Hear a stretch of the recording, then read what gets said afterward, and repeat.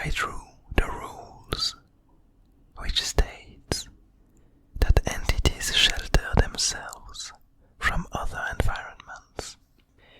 And so it made it quite clear that this new tribe, these new creatures, would need to be safe from the outside, to have some kind of way to protect themselves, to feel somehow at home. And my first thought, and the one I ended up using, was this kind of giant glass bulbs, the one similar to the one in which the little flame is kept in some of the abyss species.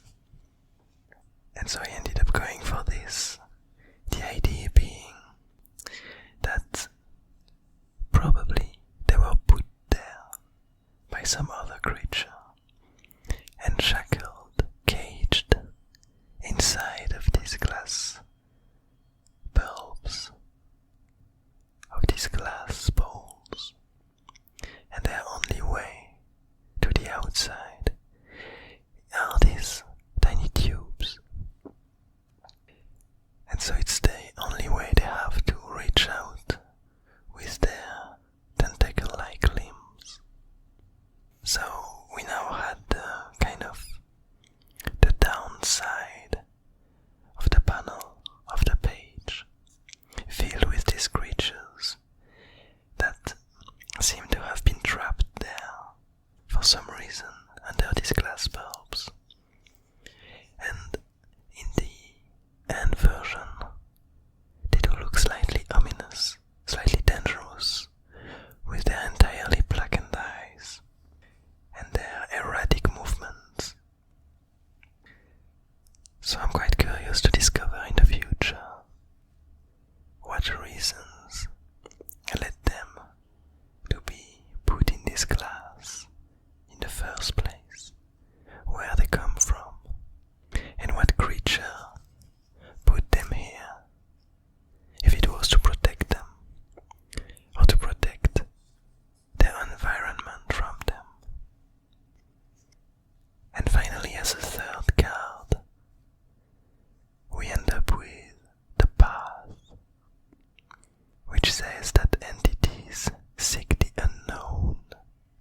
And with these three ideas, we end up with this new tribe, sheltered under the glass bulbs, and trying to reach for this message that's delivered by the hollow seedling. So based on this treat that it gathered from the core of the Abyss Garden, I thought that it looked slightly like some kind of fruit that would hatch at some point. And my interpretation of this is that now the hollow seedling is continuing its quest, its adventure. It's keeping on fleeing, on escaping, on advancing, carrying this treat-like plant, this fruit, around its neck, anchored to its body, and as it travels along, from time to time, the fruit opens and leaves some mysterious treats to the different creatures and tribes it encounters. Here, they look like some kind of seeds that are being kind of offered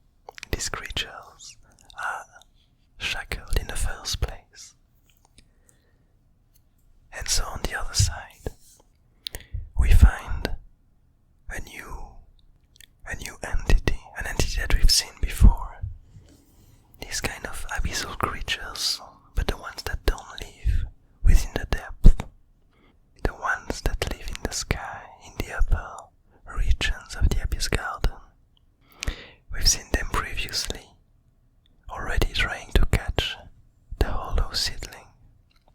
And here we have one member of their species, an ominous creature with tentacle flamey limbs that desperately try to reach forward, try to touch the hollow seedling, try to catch it, attracted by this pollen material that's emanating from it.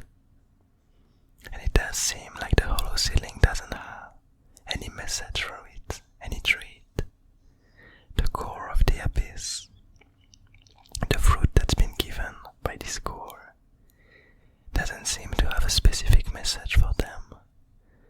It doesn't seem to want to offer them anything. And it's something that we've never really delved into. We don't know much about the abyss itself, about these blackened parts, about these creatures, how they came to be, why they emerged.